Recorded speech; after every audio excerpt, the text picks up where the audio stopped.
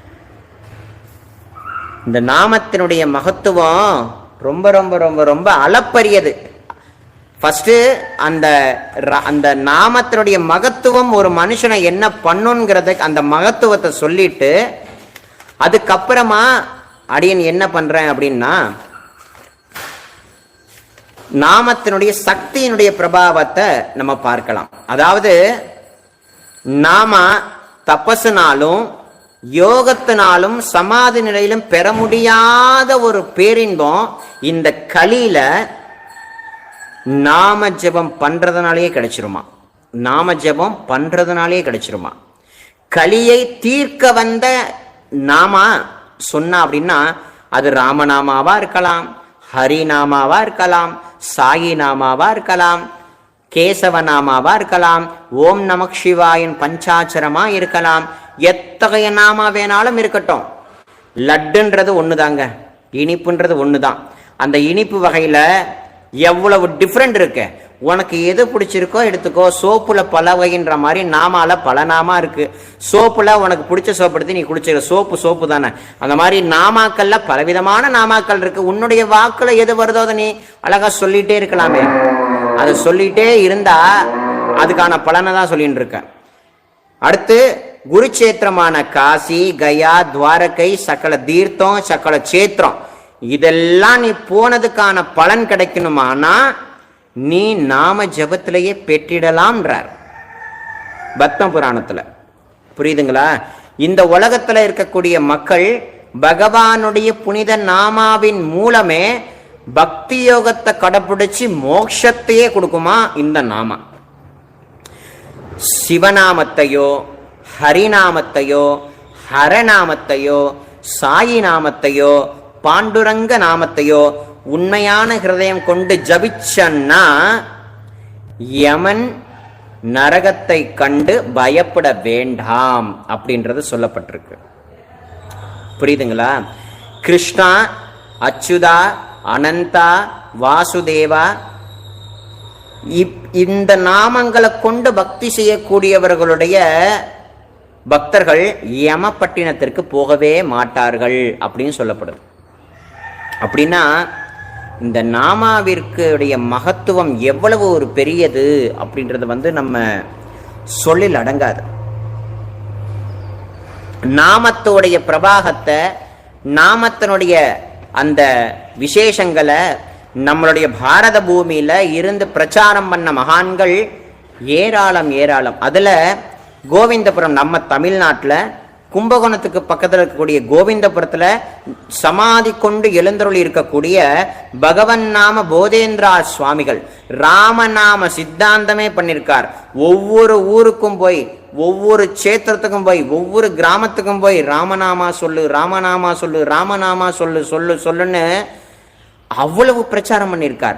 நீ சாப்பிடும் பொழுது பகவானே இந்த ஒரு ஆகாரம் எனக்கு நீ கொடுத்திருக்கே, உன்னுடைய கருணைக்கு ஈடு இன்னும் இல்லையப்பான்னு சொல்லி உனக்கு பிடிச்ச ராமநாமத்தையோ ஹரிநாமத்தையோ சாயி நாமத்தையோ சொல்லிட்டு நீ சாப்பிடு. நீ குளிக்க போறீன்னா அந்த ஜலம் தண்ணின்னு ஒண்ணு இல்லைன்னா குளிக்க முடியுமா? அந்த ஜலத்தை கொடுத்த இறைவனுக்கு நன்றி சொல்லி நாம சொல்லு. நீ சாப்பிடும் பொழுதும், நீ தூங்கும் பொழுதும், நீ ரயில்ல பயணம் பண்ணும் பொழுதும், நீ மற்ற நேரத்துல ஹெட்போன் கேட்டு இந்த பாடெல்லாம் கேட்கறதெல்லாம் நிப்பாட்டி விட்டு வெறும் நாமாவளியா கேட்டுட்டு போனீன்னா நீ போய் சேர்ற இடம் கரெக்டா இருக்கும். நீ போய் சேர்ற இடம் கரெக்டா இருக்கும்ங்கிறது சொல்லப்படுது. ஸ்ரீதர ஐயாவால் இவர் சிவநாமத்தையே சொல்லி மோட்சம் போனவர். அடுத்து சத்குரு சுவாமிகள் ராமநாமத்தையே சொல்லி மோட்ச மார்க்கத்துக்கு போனவர்.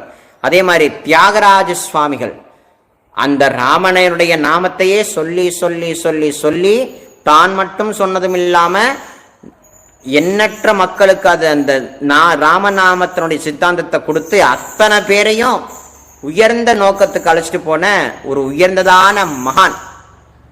புரியுதுங்களா? அது எல்லாமே காட்டிலும் இந்த மகான்கள் எல்லாம் பார்த்திருக்கல நம்ம எல்லாரும். ஆனா ரீசண்டா மகாசமாதி கொண்ட திருவண்ணாமலையை சேர்ந்த யோகிராம் சுரத்குமார் மகாராஜ் நாமத்தினுடைய பிரவாகத்தினாலேயே அவர் உயர்ந்த நிலையை பெற்றார். தான் உயர்ந்த நிலையை பெற்றதோடு இல்லாம தன்னை நோக்கி வர எல்லாருக்கும் தன்னாமத்தையே கொடுத்து லட்சணம் பண்ணிட்டு இருக்கார், காப்பாத்தின்னு இருக்கார். உனக்கு ஏதாவது ஒரு ஆபத்து வந்துட்டா சாயி சாயி சாயி சாயின்னு கூப்பிடு, சிவா சிவா சிவான்னு கூப்பிடு, ஹரி ஹரி ஹரி ஹரின்னு கூப்பிடு, நான் ஓடி வரேன் அப்படின்றார். நம்ம ஒரு இடத்துக்கு போயிட்டு இருக்கோம், எங்கேயோ எதையோ பார்த்து பயந்துட்டோம். அம்மா அப்பானா யாரும் வரமாட்டாங்க, அம்மா அப்பானா யாருமே வரமாட்டாங்க. அவங்க பாவம் எங்கே இருப்பாங்க, அவங்கள காப்பாத்துறதுக்கே ஒரு ஆள் வேணும். அந்த நேரத்தில் தடுக்கி விழும் பொழுது அம்மா அப்பானா ஒன்றும் பிரயோஜனம் இல்லை. சாயி அப்படின்னு தடுக்கி விழுந்து பாருங்க. அப்ப சாயின்னு இந்த வாக்குல வரணும்னா அப்ப உள்ளுக்குள்ள என்ன இருக்கணும்? இருக்கணும் அந்த நாமா. அப்ப உள்ளுக்குள்ள இருக்கணும்னா நீங்க சொன்னாதானே உள்ளுக்குள்ள இருக்கும். நம்ம தான் மனசுல நிறைய 1008 விஷயத்த போட்டு குப்பை செத்த சாக்கணும் மாதிரி வச்சிருக்கோமே. அப்ப உள்ளுக்குள்ள சுத்தம் இல்லாதானே. அப்ப சுத்தம் இல்லாம இருந்தா இந்த நாமா உட்காருமா? உள்ளுக்குள்ள உட்காராது இல்லையா? அப்ப நம்மளை சுத்தம் பண்றதும் இந்த நாமா தான், நம்மளை ரட்சணை பண்றதும் இந்த நாமா தான். நமக்கு இந்த உலகத்துல இருக்கக்கூடிய கேட்கிற அத்தனை உலகாயுத பொருட்களையும் கொடுக்கறதெல்லாம் இந்த நாமா தான். நமக்கு மோட்சத்தை கொடுக்கறதும் நாமா தான். அறம் பொருள் இன்பம் வீடுன்னு சொல்லுவாங்க. அறம் பொருள் இன்பம் வீடு 4 புருஷார்த்தங்கள். இந்த 4 புருஷார்த்தங்களையும் இந்த ஒத்த நாமாவே கொடுத்துரும். எவ்வளவு வெரி சிம்பிளான விஷயம். ஆனா நம்ம சொல்றோமானா சொல்றதே இல்லையேங்க. இந்த தயிர் சாதத்துக்கு ஊறுகாய் பயன்படுத்துறத போல பகவானையும் குருநாதரையும் நம்மளாம் பயன்படுத்தின்னு இருக்கோம். அப்படி பயன்படுத்தினா நமக்கு என்ன லாபம்? அப்ப நம்மளுடைய மனசும் சுத்தமாகணும், நம்மளுடைய வாழ்க்கையும் உயரணும், உலகாயுத விஷயங்களும், ஒருத்தருக்கு வேலையும் கிடைக்கணும், சம்பளமும் நிறைய வரணும்னா நாமாவளி சொல்லுங்க. உள்ளுக்குள்ள வேலை கடமை. அதாவது பாபாவுடைய சாயி சித்திரத்துல சொல்றத போல நீ உலக விஷயத்துல நீ செய்ய வேண்டிய வேலையெல்லாம் கை காலை வச்சுக்கிட்டு செய், மனசை மட்டும் என்கிட்ட கொடுத்துருன்றார். அப்ப நம்மளுடைய மனமானத அந்த நாமத்துக்கு கொடுத்துட்டா, அந்த நாமத்துக்கு கொடுத்துட்டா அது என்ன செய்யும்?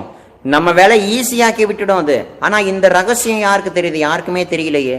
இந்த ரகசியம் யாருக்கு தெரியுது? இப்ப நாமத்தினுடைய சக்தி அப்படின்னு சொல்றேன் கேளுங்க. பிரகலாதனை ஹிரண்யகசிபுவான் அவங்க அப்பா பலவிதமான கொடுமைப்படுத்தினார், மலை மேலேந்து கீழே போட்டார். ஆனா சதா சர்வ காலமும் அந்த பிரகலாதன் ஹரிநாமத்தை சொன்னதுடைய விளைவா அந்த ஹரி நாமமே அவரை காப்பாத்துச்சு. நீங்க எல்லாம் அந்த டிவியில படம் பார்த்திருப்பீங்க. பெத்த பிள்ளைய எரியக்கூடிய அக்னியில தூக்கி போட்டார்.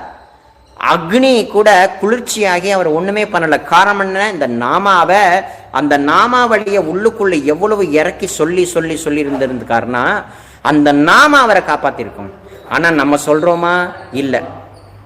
அடுத்ததா அஜாமிலன்னு சொல்லக்கூடிய ஒரு யானைங்க. நம்மள அது மனுஷங்க, அது ஒரு யானை. அந்த யானை ஒரு தாமரை குளத்துல தண்ணி குடிக்க போயிருக்கு பாவம். அப்படி பிடிக்க போகும் பொழுது ஒரு முதலையானது அஜாமிலன்னு சொல்லக்கூடிய, இது அஜாமிலன் இல்ல, கஜேந்திரன். கஜேந்திரன் சொல்லக்கூடிய அந்த யானை அந்த முதலை அந்த யானையினுடைய காலை கெட்டியமா பிடிச்சு கடிக்கும் பாருங்க. உயிரே போற மாதிரி மேலாம் கத்தல, கேசவா நாராயணா கோவிந்தா என்னை காப்பாத்து காப்பாத்துன்னு கத்துச்சு. அந்த நாம அவரை காப்பாத்துச்சு. பகவான் தன்னுடைய அங்க வஸ்திரத்தையும் மறந்து மகாலட்சுமி கிட்டையும் சொல்லாம ஓடி ரட்சணை பண்ணாராம் அந்த கஜேந்திரன்னு சொல்லக்கூடிய யானைய. என்ன காரணம்? நாமாவை சொல்லிவிட்டார். நாமாவை சொன்னதுனால ஒரு விளைவு. அதே மாதிரி அஜாமிலன்னு சொல்லக்கூடிய ஒரு பாபி, அவர் பாபியை தான் ஆரம்பத்தில் இளமையா இருக்கும் பொழுது நல்ல வாழ்க்கையை வாழ்ந்தார். ஆனா இறுதியா தேவையில்லாத விஷயங்களை ஈடுபட்டு காம சுகபோகத்தில் ஈடுபட்டு ஒரு பெண் மூலமா 10 குழந்தைங்களை பெற்றெடுத்தார். வாழ்க்கை சுபிக்ஷமாவே இல்லை, சுத்தமான நிம்மதி இல்லாம போயிட்டு, பணம் இல்லை, காசு இல்லை, 88 வயசாயிட்டு, போக வேண்டிய காலம் வந்துச்சு. அவர் கண்ணு தெரியாம போயிட்டு கண்ணை முழிச்சு பார்த்தா யாரோ கண்ணம் கரையர்னு யமலோகத்திலேருந்து 4 பேர் வந்திருக்காங்க தூக்கிட்டு போறதுக்கு வேற. அந்த நேரம் பார்த்தா ஆஹா வந்துட்டாங்க போல் இருக்கேன்னு சொல்லி தன்னுடைய 10வது பையனான நாராயணனை கூப்பிடுறார். நாராயணா இங்க வாடா, நாராயணா இங்க வாடான்னு தான் கூப்பிட்டார். அந்த நாராயணன் வரல, அவங்க பையன் நாராயணன் வரல, அந்த நாராயணன் வந்துட்டார் கீழே. என்ன காரணம்? என்ன காரணமா? மரணிக்கிற தருவாயில நாராயணான்னு கூப்பிட்டுட்டான். அதனால அவனுடைய பாவம் எல்லாம் போயிட்டு அவனை நான் என் வைகுண்டத்துக்கு கூட்டு போறேன்ட்டு வந்துட்டாராம் சுவாமி. அப்படின்னா இப்ப யோசிப்போம், நம்ம நிறைய பாவம் பண்றோம், கடைசி நேரத்தில் நம்ம நாமா சொன்னா நம்மளும் வைகுண்டம் போயிடலாமே, கனவு மட்டும் காணிடாதீங்க, கடைசி நேரத்தில் இந்த நாக்கில் வரணுமே. இப்ப ஜென்மா பூரா சொன்னா தான் அந்த கடைசி தருணத்துல வரும்.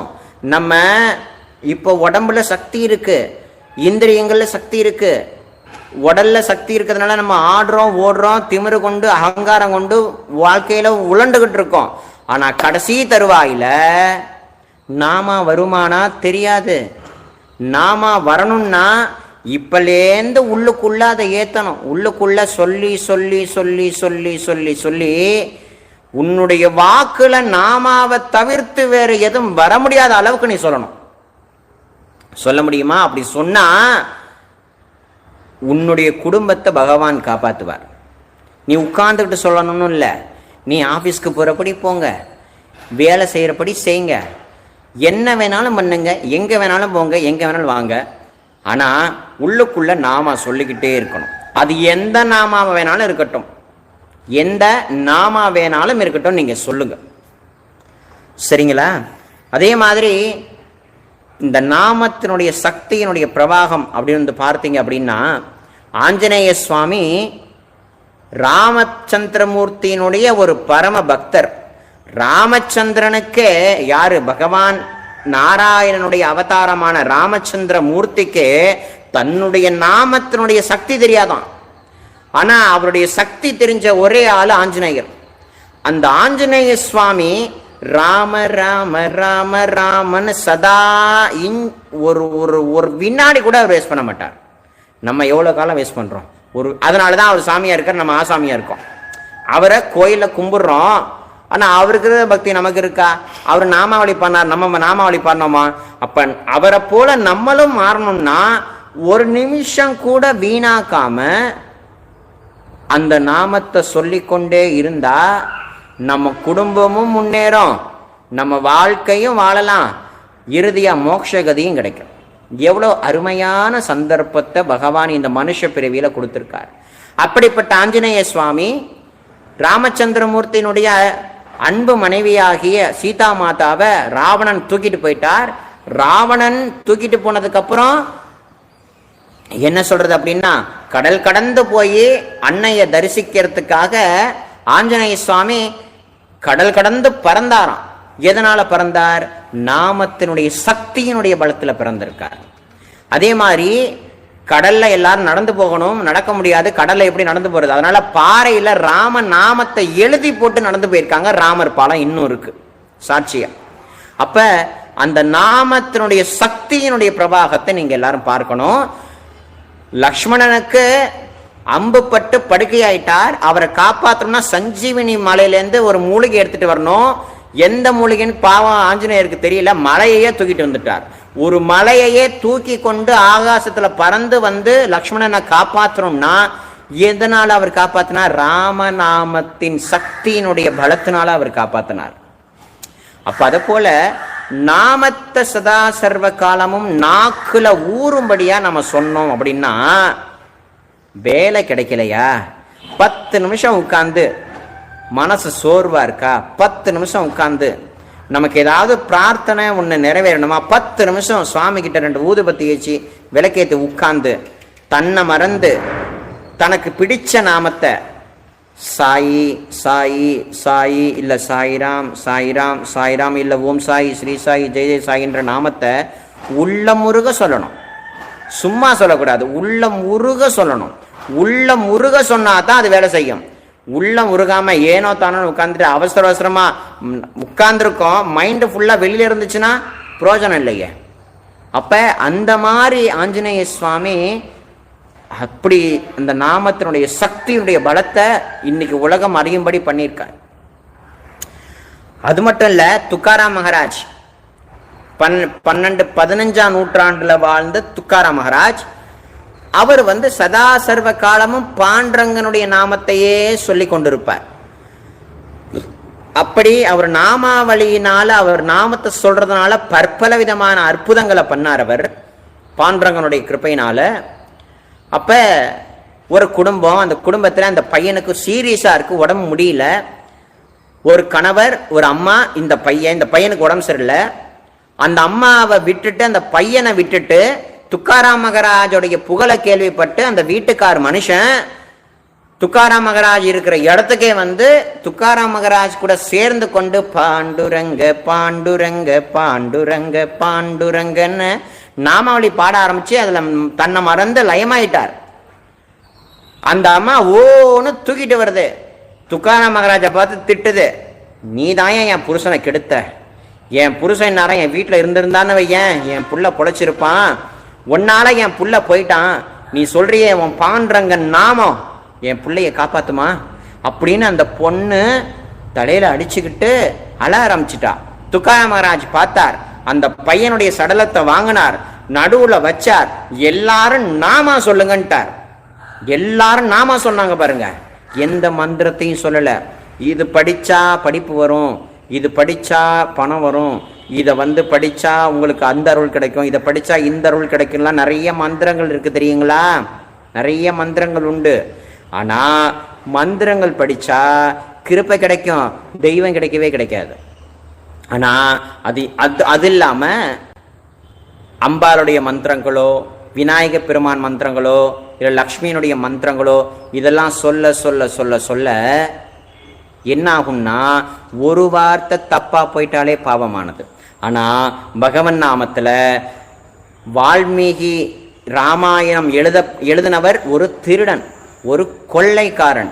ஆனா அவர் நாரத ரிஷியினுடைய அருளை பெற்று ராம ராமா சொல்லுன்னா அவர் வாயில ராம ராமாவே வரல. நீ என்ன பண்றீங்க, உட்கார்ந்துகிட்டு ராம ராம ராம ராமன்னு சொல்லிட்டே இருந்தார். சொல்லி சொல்லி சொல்லி சொல்லி பெரிய மகானாகி யோகியாகி உயர்ந்த ஞானி ஆயிட்டார். அவர் தான் வால்மீகி ராமாயணம் எழுதி, இன்னைக்கு நம்ம வால்மீகி ராமாயணம் ரொம்ப ஃபேமஸ்.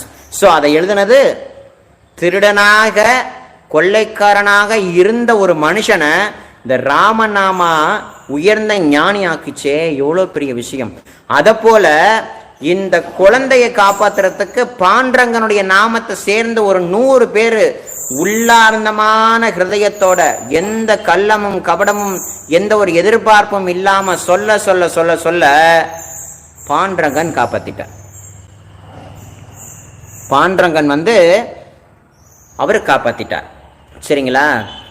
அதனால அப்படிப்பட்ட உயர்ந்த நாமங்கள்னால நிறைய மகான்கள் நிறைய நிறைய நிறைய அனுகிரகங்களை இந்த நாமாவளியை நமக்கு கொடுத்துரும். சாயி நாமமே நமக்கு மகா மந்திரம். சாயி நாமமே நமக்கு மகா மந்திரம். குரு கீதையில ஒரு விஷயம் சொல்லப்பட்டிருக்கு. சரிங்களா? அந்த குரு கீதையில என்ன விஷயம் சொல்லப்பட்டிருக்கு அப்படின்னா, இந்த லோகத்துல 7 கோடி மந்திரங்கள் உண்டாம். 7 கோடி மந்திரங்கள் உண்டாம். அந்த 7 கோடி மந்திரங்களை காட்டிலும் குருவுடைய நாமாவுக்கு மகத்துவம் ஜாஸ்தியாம். குருவினுடைய நாமாவிற்கு மகத்துவம் ஜாஸ்தியாம். அப்ப 7 கோடி பெருசா, குருவினுடைய ஈரெழுத்து நாமா பெருசான்னா ஈரெழுத்து நாமா பெருசாம். அதை யார் சொல்றாருங்கிறீங்க? சாட்சாத்து பரமேஸ்வரனே சொல்றார். அப்படின்னா குருவினுடைய நாமத்தினுடைய மகத்துவம் எவ்வளவு அளப்பரியது அப்படின்றத நம்ம உணரணும். அதனால சாயின்னு சொல்லக்கூடிய அந்த நாமா, ராமான்னு சொல்லக்கூடிய அந்த நாமா, சிவா அப்படின்னு சொல்லக்கூடிய நாமா, ஹரி அப்படின்னு சொல்லக்கூடிய நாமா, இதுல எந்த நாமாவை வேணாலும் நம்ம ஜபம் பண்ணலாம். அதாவது நின்றாலும் நடந்தாலும் சென்றாலும் படுத்தாலும் உறங்கினாலும் எந்த நிமிஷத்திலையும் என்ன பண்ணி கொண்டிருந்தாலும் அந்த நாமாவளி, ஒத்த நாமாவளி, ஒரே ஒரு நாமா, அந்த ஒரு நாமா நமக்கு எல்லாத்தையுமே கொடுத்துரும். நமக்கு எல்லா விதமான நன்மைகளையும் கொடுத்துரும். அப்படிப்பட்ட நாமா குருநாதருடைய நாமம்.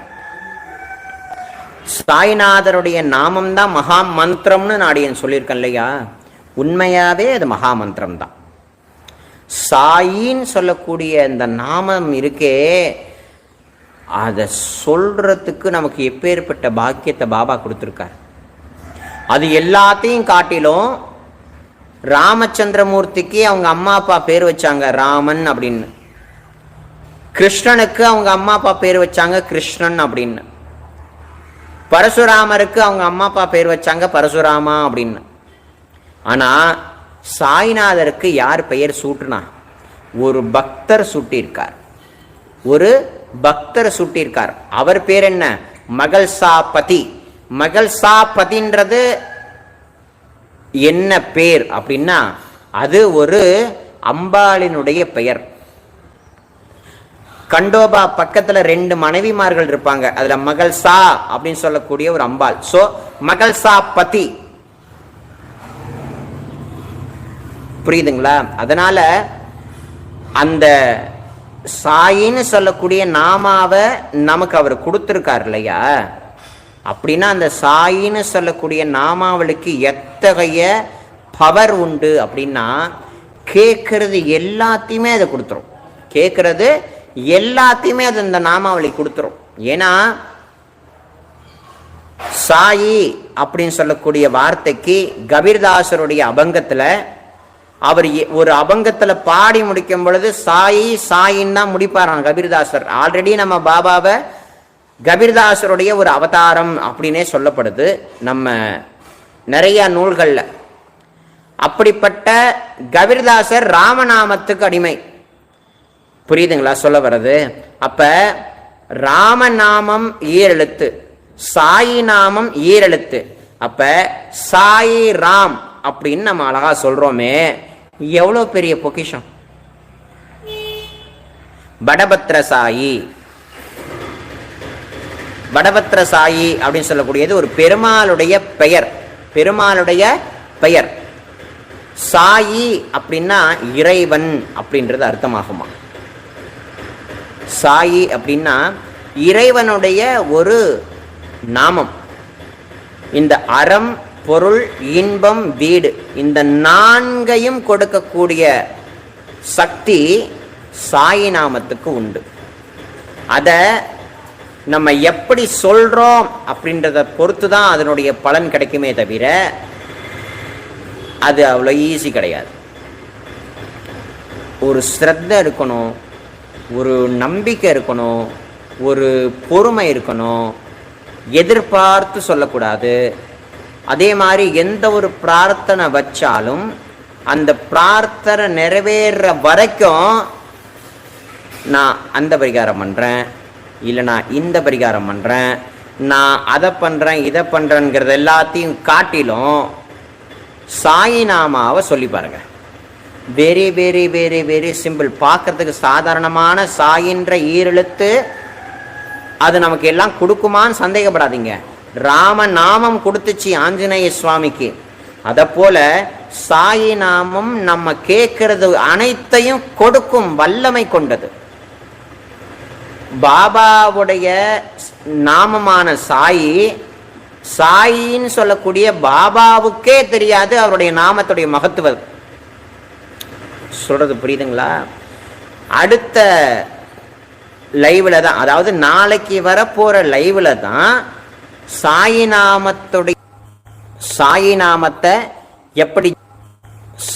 நாமத்தை எப்படி ஜபம் பண்றது, அது முறையா நம்ம எப்படி சொன்னா நமக்கு எப்படிப்பட்ட பலன்கள் கிடைக்கும் அப்படின்றதெல்லாம் நம்ம நாளைக்கு ரொம்ப டீட்டெயிலா நம்ம பார்க்க போறோம். அதனால இந்த 2 எழுத்து நாமா போதும்.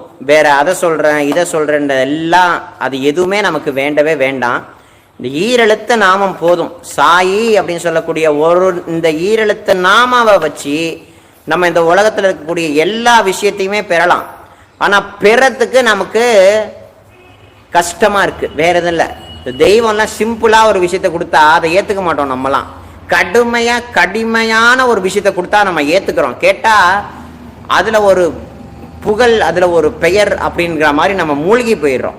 ஆனா அந்த சாயின்னு சொல்லக்கூடிய ஈரெழுத்து நாமா நம்ம வாழ்க்கையையே பிரட்டி போட்டுடும். நம்மளுடைய வாழ்க்கையினுடைய தன்மையை அது உயர்த்தும். நம்ம கேட்கறது எல்லாத்தையும் அது கொடுக்கும், மோட்சத்தையும் கொடுக்கும், சர்வத்தையும் அது கொடுக்கும். அந்த ஒரு கலை நமக்கு தெரிய மாட்டேங்குது.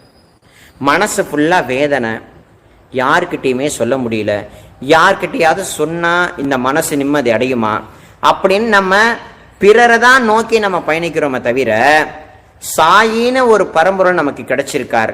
ஸோ அவர் முன்னாடி 2 ஊதுபத்தி ஏற்றி வச்சு கீழே சிரத்தையோட உட்கார்ந்து சாயி சாயி சாயி அல்லது சாயிராம் சாயிராம் சாயிராம் சாயிராம் அப்படின்னோ, அல்லது ஓம் சாய் ஸ்ரீ சாய் ஜெய் ஜெய் சாயி, ஓம் சாய் ஸ்ரீ சாய் ஜெய் ஜெய் சாயி, ஓம் சாய் ஸ்ரீ சாய் ஜெய் ஜெய் சாயி, ஓம் சாய் ஸ்ரீ சாய் ஜெய் ஜெய் சாயி அப்படின்னு சொல்லக்கூடிய நாமாவளிய ஸ்ரத்தையோட உட்கார்ந்து சொன்னாலே நம்மளுடைய மனசுல இருக்கிற பாரம் எல்லாம் தானா இறங்கி போயிடும். பிறர்கிட்ட சொல்லி என்ன லாபம்? சொல்லலாம், பிரார்த்தனை பண்ணிக்கலாம், எல்லாம் பண்ணலாம். அவங்களுடைய ஆத்மார்த்தத்துக்கு தகுந்தாற் போல அந்த பலன் கிடைக்கும். இந்த கக்கன் காடுன்னு சொல்லக்கூடிய கேரளால ஒரு சேத்திரம் இருக்கு. அங்க அடிக்கடி அடியேன் போவேன், யூடியூப்ல நிறைய போட்டிருக்கேன். அங்க ஓம் ஸ்ரீராம் ஜெய் ராம் ஜெய் ஜெய் ராம், ஓம் ஸ்ரீராம் ஜெய் ராம் ஜெய் ஜெய் ராம், ஓம் ஸ்ரீராம் ஜெய் ராம் ஜெய் ஜெய் ராம், ஓம் ஸ்ரீராம் ஜெய் ராம் ஜெய் ஜெய் ராம், ஸ்ரீராம் ஜெய ராம் ஜெய் ஜெய் ராம், ஓம் ஸ்ரீராம் ஜெய ராம் ஜெய் ஜெய் ராம், ஓம் ஸ்ரீராம் ஜெய ராம் ஜெய் ஜெய் ராம், ஓம் ஸ்ரீராம் ஜெய ராம் ஜெய் ஜெய் ராம். இதுதான் அங்க பிரதானமே. வேற பேசுறதுக்கே அங்க அலோடு இல்லை. கக்கன் காடுன்னு சொல்லக்கூடிய ஆனந்த ஆசிரமம், அந்த ஆசிரமத்துல நாங்க நிறைய பேர் அடியேன் கூட்டு போயிருக்கேன். அங்க உட்கார்ந்து இதை மட்டும்தான் சொல்லணும், வேற எதுவுமே இல்லைங்க. அங்க ஒரு விதமான வைப்ரேஷன் கிடைச்சி நம்ம மனசுக்கு நம்மளை அறியாம ஒரு இந்த உலகத்திலே இருக்க மாட்டோம், ஒரு ஆனந்தமயமான உலகத்துல இருக்கிற மாதிரி ஒரு ஃபீல் கிடைக்கும். எதனால அப்படின்னா, நீ கடுமையா உழைச்சியா? ஒண்ணுமே பண்ணல, ராமான்னு சொன்ன, அதனால அந்த அந்த லாபம் அந்த பலன் நமக்கு கிடைச்சது. அத போல சாயின்னு சொல்லக்கூடிய அந்த நாமாவளியினுடைய மகத்துவத்தை நம்ம உணர்ந்து நம்ம ஆத்மார்த்தமா சொன்னோம் அப்படின்னா அது கண்டிப்பா வேலை செய்யும். வேலை செய்யாம போகவே போகாது. ஆனா ரொம்ப சிம்பிளா இருக்கிறதுனால அதை ஏத்துக்கிறதுக்கு நமக்கு நம்மளுடைய மனசுக்கு முடியல.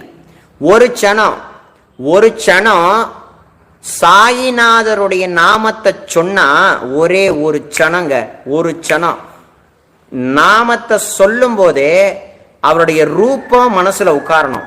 சாயி அப்படின்னு சொன்னா உள்ளுக்குள்ள அந்த நாம உட்காரணும். நீங்க கண்களை மூடி இருக்கீங்க, வாக்குல சாயின்னு நாமா சொல்றீங்க, ஹிருதயத்துல சாயி ரூபத்தை தியானிக்கிறீங்க, நாமா சொல்றீங்க, ரூபத்தை தியானிக்கிறீங்க, நாமா சொல்றீங்க, ரூபத்தை தியானிக்கிறீங்க. இதன்படியே நீங்க உங்களை மறந்து சொல்லிக்கிட்டே இருந்தீங்கன்னா இந்த லைஃப்ல இருக்கக்கூடிய எல்லாமே நமக்கு கிடைச்சிருன்றார். 4 வித முக்திகளும் கிடைக்குமா? 4 வித முக்திகளும் கிடைக்கும். இன்னைக்கு நிறைய பேர் எனக்கு ஃபோன் பண்ணி அவங்களுடைய வாழ்க்கையில் நடக்கக்கூடிய சம்பவங்கள், துயரங்கள் எல்லாமே சொல்லிட்டு தான் இருக்காங்க. நான் ஒரே வார்த்தை சொல்லுவேன், சாய்நாமா சொல்லுங்க அப்படின்பேன். நான் சிம்பிளா சொல்றதுனாங்கிற என்னவோ அவங்களுக்கு அது பிடிச்சிக்க மாட்டேங்குது. ஏன்னா அந்த சாயிநாமத்துடைய அருமை தெரியல. பாவம், நான் என்ன பண்றது? ஒரு அரை மணி நேரம், ஒரு நாளைக்கு ஒரு 10 நிமிஷ காலம் உங்க வீட்டில் இருக்கக்கூடிய பாபா கிட்ட 2 ஊதுபத்தி ஏத்திச்சு உட்கார்ந்து நாமாவை உண்மையான மனசோட சொல்லி பாருங்க. அதனுடைய வேல்யூவை வேற. ஆனா அந்த வேல்யூவை கொஞ்சம் கூட யாரும் புரிஞ்சுக்கிறது இல்லை. அந்த நாமாவுடைய மகத்துவத்தை கொஞ்சம் கூட புரிஞ்சுக்கிறது இல்லை. இப்ப நிறைய விஷயங்கள்ல சாயிநாமத்தை சேர்த்து நிறைய மந்திரங்கள் இப்ப சொல்ல ஆரம்பிச்சிட்டாங்க. ஆனா அத்தனையும் இந்த சாயின்கிற 2 எழுத்துல இருக்குங்கிறத யாருக்கும் தெரியல. பாவம், நான் என்ன பண்றது? நான் சொல்றது உங்களுக்கு புரியுதா? இப்ப மகாலட்சுமி மந்திரம் இருக்குன்னா பக்கத்துல சாயி போட்டுக்கிட்டீன்னு வையன், சாயி மகாலட்சுமி மந்திரம் அப்படின்னு படிச்சின்னா அந்த மகாலட்சுமி தான் சாயின்ற நாமால இருக்காங்களே அம்மா. நாராயண நாமா பக்கத்துல சாயி நாராயணான்னு போட்டினா அந்த நாராயணன் தான் சாயின்ற ஈரெழுத்துல இருக்காரு. அப்ப சாயின்னு ஈரெழுத்துல இருக்கக்கூடிய சாயின்ற ஈரெழுத்து மந்திரம் சர்வமும் அதுல அடக்கம். இந்த பிரபஞ்சமே அந்த சாயின்ற நாமத்தில் அடக்கம். இந்த பிரபஞ்சத்துல வாழக்கூடிய சர்வ ஜீவராசியுடைய உணர்வுகள் அந்த சாயின்ற நாமத்தில் அடக்கம். நீ எதுவுமே சொல்ல வேண்டாம், நீ எதையுமே கேட்க வேண்டாம். நீ மனசார சாயி நாமத்தை சொல்ல சொல்ல சொல்ல சொல்ல சொல்ல சொல்ல நீ பிரார்த்தனையே பண்ண வேண்டாம். பிரார்த்தனையே பண்ண வேண்டாங்க. இங்க உட்கார்ந்து சாய் நாமா சொல்லுங்க. சாய் நாமா சொல்றது தான் பிரார்த்தனை. சாய்நாமா சொல்றது தான் நம்மளுடைய பிரார்த்தனை நிறைவேறத்துக்கான ஒரே வழி. சாய்நாதருடைய நாமாவளி தான் நமக்கு நற்கதி கொடுக்கும். சாய்நாதருடைய நாமாவளி தான் எல்லாத்தையுமே நமக்கு கொடுக்கும். ஸோ அதனால சாயின்கிறதனுடைய மகத்துவத்தை, அதை எப்படி சொல்லணுங்கிறத, எப்படி ஜபிக்கணுன்றத நாளைக்கு வரக்கூடிய லைவ்ல 3 மணிலேருந்து 4 மணி வரைக்கும் வரக்கூடிய லைவ்ல அப்படின்னு கிளியரா சொல்றேன். எல்லாரும் இதுக்கப்புறமாவது புரிஞ்சுக்கிட்டு சாய்நாமத்தை மதிச்சு அதை கொஞ்சம் வெறும் பாபா சொல்லியிருக்காரு சச்சரத்துல, வெறும் வாக்கு நீ சாய்நாமத்தை சொன்னினா வாக்குனால செஞ்ச பாவமும் காதுகள்னால கேட்கக்கூடிய பாவங்களும் போயிடுன்றாரு. என்ன சாதாரணமா போன்ல பேசும் சாயி சொல்லுங்க சாயி அப்படின்ற அதுக்கு ஒரு பலன், அதுக்கு பலன் இல்லாம போவாது. கிண்டல் பண்ணாலும் நாமா சொல்லிட்டீங்கன்னா பலன் கிடைக்கும். கிருஷ்ணா இவா அப்படின்னு கோபமா சொன்னாலும் பலன் கிடைக்கும். அதுவே வேற ஒரு வார்த்தை சொன்னீங்கன்னா 2 விதமா அர்த்தமா போயிடும். ஆனா கிருஷ்ணா கிருஷ்ணா இவா அப்படின்னு சொல்றதுக்கும் ராமா ராமா இவா அப்படின்னு சொல்றதுக்கும் ஒரே பலன் தான் கிடைக்கும். நாமாவை எப்படி வேணாலும் நீங்க தப்பு தப்பா கூட வேணா சொல்லிக்கிங்க. ஈசா ஈசா ஈசா ஈசா ஈசா ஈசா ஈசா ஈசான்னு சொல்றோம் இல்லையா, ஈசா ஈசாவை 10 முறை தொடர்ந்து சொன்னீங்கன்னா சாயி அது மாறுது. மரா மரா சொன்னா ராமாவை அது மாறுறத போல ஈசா ஈசா ஈசா ஈசான்னு சொன்னீங்கன்னா சாயின்ற நாம வந்து உட்கார்ந்துருதே. இப்ப சாயியே ஈஸ்வரன். அப்ப சர்வமும் அடக்கும் அந்த சாயி நாமத்துல. வெறும் குருநாதருடைய நாமத்தை சொல்லியே ஆத்ம ஞானத்தை அடைஞ்ச மகான்கள் ஏராளம். திருவண்ணாமலையில குகை நமச்சிவாயர்னு ஒருத்தர், குகை நமச்சிவாயருடைய நாமத்தை சொல்லியே குகை நமச்சிவாயருடைய நாமத்தினுடைய சக்தியினால குரு நமச்சிவாயரா ஒரு சீடன் வந்தார். பெரிய மகானானார். ஜனார்த்தன சுவாமி கூட இருந்த ஏகநாதர் ஜனார்த்தன சுவாமியினுடைய நாமத்தை சொல்லியே எந்த மந்திரத்தையும் கத்துக்கல, எதையும் எந்த இதையும் சொல்லல. அவர் சொன்னதெல்லாம் குருநாதருடைய நாமா, குருநாதருடைய நாமா. ஜனார்த்தனா ஜனார்தனா ஜனார்தனா ஜனார்தனா. பெரிய ஞானி ஆயிட்டாருங்க. அப்ப எந்த அளவுக்கு அவர் சொல்லியிருப்பார். இதெல்லாம் விடுங்க. சோக்காமேலா மகாராஜ் அப்படின்னு சொல்லக்கூடிய உயர்ந்த ஞானி, பாண்டரங்கனுடைய பரமபக்தர். சோக்கமேலா மகாராஜுக்கு குரு நாமதேவ மகாராஜ். சோக்கமேலா மகாராஜ் பாண்டரங்கன் கோவில் கட்டி கொண்டிருக்கும் பொழுதே செவரு இடிஞ்சு விழுந்து 100கணக்கான பேரு அப்படியே மாய்ஞ்சிட்டாங்க, இறந்துட்டாங்க. எலும்பும் தோல் கூட கிடைக்கலையாம். எலும்பு சதறிட்டான், தோல் சதறிட்டான். யார் இதுல சோக்கமேலா, யார் இன்னொரு வீட்டுக்காரங்க, யாருன்னு கண்டுபிடிக்க முடியாத அளவுக்கு சதறி போய் கிடக்கான். ஒரு பெரிய காம்பவுண்ட் சுவர் 100 பேரும் விழுந்தா என்ன ஆகும்? நசுங்கிடாதா உடம்பு? அதுல யார் நாமதேவர்னு யாரு சோக்கமேலான்னு கண்டுபிடிக்கிறதுல தேடிட்டு இருக்காங்க. நாமதேவர் அவருடைய குரு தேடுறாராம். குரு தேடுறதுக்கு முன்னாடி பாண்டரங்கனே வந்து நாமதேவா தோர்க்கா நம்ம சோக்கமேலான்னு சொல்லி சோக்காமேலாவுடைய எலும்பை எடுத்து நாமதேவர் கையில கொடுத்தாராம் பாண்டரங்கன். அப்ப நாமதேவர் காதுல வச்சு பார்த்தாராம், எலும்பு விட்டல் விட்டல் விட்டல் விட்டல் விட்டல்னு சொன்னிச்சான். அப்படின்னா நாமாவளியை நம்ம எந்த அளவு உள்ள சொல்லணும், சாயின்ற நாமத்தை எந்த அளவு உள்ள அவர் இந்த விட்டல்னு சொல்லக்கூடிய நாமாவளியை அவர் எந்த அளவுக்கு சொல்லியிருந்தா எலும்பு உள்ள வரைக்கும் அது இறங்கி இருக்கும். அந்த மாதிரி சொல்லணுங்க சாய் நாமத்தை. அந்த மாதிரி சொல்றதுக்கு தைரியம் இருக்கா? சொல்ல முடியுமா உங்களால? சொல்லுங்க. சொன்னீங்கன்னா சோக்கா மேலா மகராஜ் வந்து உடம்ப விட்டு 100கணக்கான பேரை வைகுண்டத்துக்கு கூட்டு போனார். நீங்க அந்த அளவுக்கு பக்தி பண்ணி குருநாதருடைய நாமத்தை உங்க உள்ள இருக்கக்கூடிய ஒவ்வொரு செல்லும், உள்ள இருக்கக்கூடிய ஒவ்வொரு பார்ட்டும், உள்ள இருக்கக்கூடிய ஒவ்வொரு எலும்பும் மஜ்ஜையும் தோள்களும் ரத்தத்திலையும் சாய் நாமம் கலந்துட்டுன்னு வைங்களேன், பிறந்த பிறவி கிடைச்சிருங்க, பிறவி பலன் கிடைச்சிருங்க. அந்த அளவுக்கு சொல்றதுக்கு நமக்கு யாருக்குங்க தைரியம் இருக்கு? யாராவது சொல்ல முடியுமா? நமக்கு தான் 1008 வேலை இருந்துட்டே இருக்க. சாயி பக்தர்கள் நம்ம சொல்லிக்கிறோமே தவிர அதுவா இருக்கோமானா அப்படிங்கிறத எல்லாரும் யோசனை பண்ணி நம்ம பார்க்கணும். ஏன்னா குருநாதர்கிட்ட பக்தி பண்றதுன்றது கத்தி முனையில நடக்கிறதுக்கு சமம். ஆன்மீக வாழ்க்கைன்றது எப்படின்னா கத்தி முனையில நடந்து போகிறதுக்கு சமம் தான் இந்த ஆத்மீக வாழ்க்கை. ஆனா இந்த ஆத்மீக வாழ்க்கையிலையும் ஒரு ரகசியம், நாமாவளிய உள்ளுக்குள்ள நீ இறக்க இறக்க இறக்க இறக்க கத்தி முனையில கூர்ப்பு இருக்காது, பகவானே படுத்திருப்பானாம். என்னுடைய பக்தன் அதுல இந்த கத்தி முனையில பட்டா கால் கிழிச்சிரும், ஏன் மேல ஏறி போட்டுன்னு அவன் பகவான் படுத்துருவானாம். அப்படின்னா அந்த நாமத்துக்கு எவ்வளவு ஒரு மகத்துவம், சாயிநாதருடைய நாமத்துக்கு அவ்வளோ மகத்துவம் இருக்கு. என்னைக்கு இந்த பாபாவினுடைய பக்தர்கள் புரிஞ்சிக்க போறாங்க அப்படின்றது எனக்கு தெரியல. ஏன்னா நான் வருத்தப்பட்டே சொல்றேன், என்கிட்டயே பாபாவோட பக்தர்கள், சாய்ராம் என் பொண்ணு படிக்கணும், ஏதாவது மந்திரம் சொல்லி கொடுங்களேன் அம்மா, சாயின்ற நாமத்தை உங்கள் பொண்ணை சொல்லுங்க, இல்லை ரஃப் நோட்டில் எழுத சொல்லுங்கன்னா யாரும் கேட்க மாட்டேங்கிறாங்க, யாருமே கேட்க மாட்டேன்றாங்க.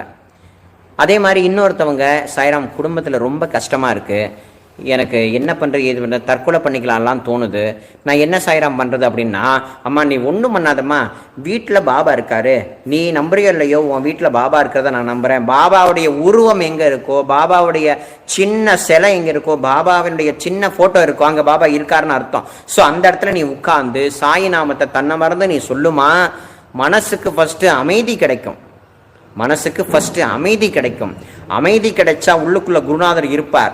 குருநாதர் கிட்டையே அந்த அமைதியோட வடிவமா இருக்கக்கூடிய குருநாதர் கிட்டேயே உன்னுடைய வாழ்க்கையை நீ கொடுத்துட்டீங்கன்னா, குருநாதர் உன் வாழ்க்கையை பார்த்து பாருமான்னு நான் சொன்னா கேட்கவே இல்லை, கேட்கவே மாட்டேங்கிறாங்க.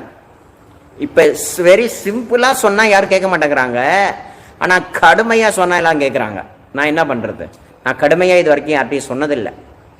அதாவது பெரிய பேராகிராஃபை கொடுத்து இதை ஃபுல்லாக நீங்கள் மனப்பாடம் பண்ணி பாபாட்ட படிங்கன்னா சொல்கிறது இல்லை. பாபாவினுடைய ஆரத்தியை நீங்கள் வாயார பாடுங்க, எல்லா பலன்களும் எல்லா நலன்களும் எல்லாமே கிடைக்கும். பாபாவுடைய சாயிநாத ஸ்தவனமஞ்சரியை படிங்க, எல்லாமே கிடைச்சிரும். சாயி நாமத்தை சொல்லுங்க. உறக்க சொல்றதுன்னு ஒன்று இருக்கு, நாக்குல சாயி சாயி, இந்த உதடு அசைய சாயி நாமத்தை சொல்றதுன்னு ஒன்று இருக்கு. உறக்கவும் சொல்லாம உதட்டு அசைவும் இல்லாம உள்ளுக்குள்ள சாய் நாமம் சொல்றதுன்னு இருக்கு. 2ல் 3ல் எது பெஸ்ட்னா, உள்ளுக்குள்ள யாரும் அறியாத போது சொல்லக்கூடிய அந்த நாமாவளிக்கு அவ்வளவு பவர் உண்டு. ஆனா இதெல்லாம் அவ்வளோ ஈஸி இல்லை. எல்லாரும் முயற்சி பண்ணுங்க. நாளைக்கு ரொம்ப முக்கியத்துவம், சாயிநாமத்துடைய மொத்த டீட்டெயிலுமே நாளைக்கு ஃபுல்லாக அடியன் சொல்கிறேன். நாளைக்கு ஃபுல்லாக அடியன் சொல்கிறேன். சாயின்னு சொல்லக்கூடிய அந்த வைபவம் இருக்கே, அப்பா அது சொல்லினால் அடங்காது. சாயின்னு சொல்லக்கூடிய நாமாவளியை நீ சொன்னினாலே தியானத்தை கற்றுக்கலாம். தியானத்தை நிறைய பேர் கற்றுக்க முயற்சி பண்ணுறீங்க. சாயி நாமத்தை தன்னை மறந்து சொன்னாலே தியானம் தானாக வந்துருங்க. யாரும் சொல்கிறது இல்லையே, யாரும் பண்ணுறது இல்லையே, நேரம் வேஸ்ட் ஆக்குறாங்க எல்லாருமே. அதனால சாய் நாமத்தினுடைய பிரபாகத்தில் இன்னைக்கு நாமத்துடைய மகத்துவத்தை ஓரளவு பார்த்தோம். நாமத்தினுடைய சக்தியினுடைய பிரதிபிம்பமா பிரகலாதனுடைய சின்ன சின்ன கதை, அஜாமலனுடைய சின்ன சின்ன கதை, கஜேந்திரனுடைய சின்ன சின்ன கதை, ஆஞ்சநேய சுவாமியுடைய சின்ன சின்ன கதையை பார்த்தோம். சாய்நாதருடைய நாமாதான் மகா மந்திரம்னு சொல்லக்கூடிய அளவுக்கு ரொம்ப சிம்பிளான விஷயங்களை நம்ம பார்த்து இப்போ சத்சங்கத்தை முடிச்சிருக்கோம். நாளைக்கு பாபாவுடைய சாயின் சொல்லக்கூடிய நாமத்துடைய வைபவத்தை முழுமையாக நம்ம நாளைக்கு முழுக்க அனுபவிக்க போகிறோம்.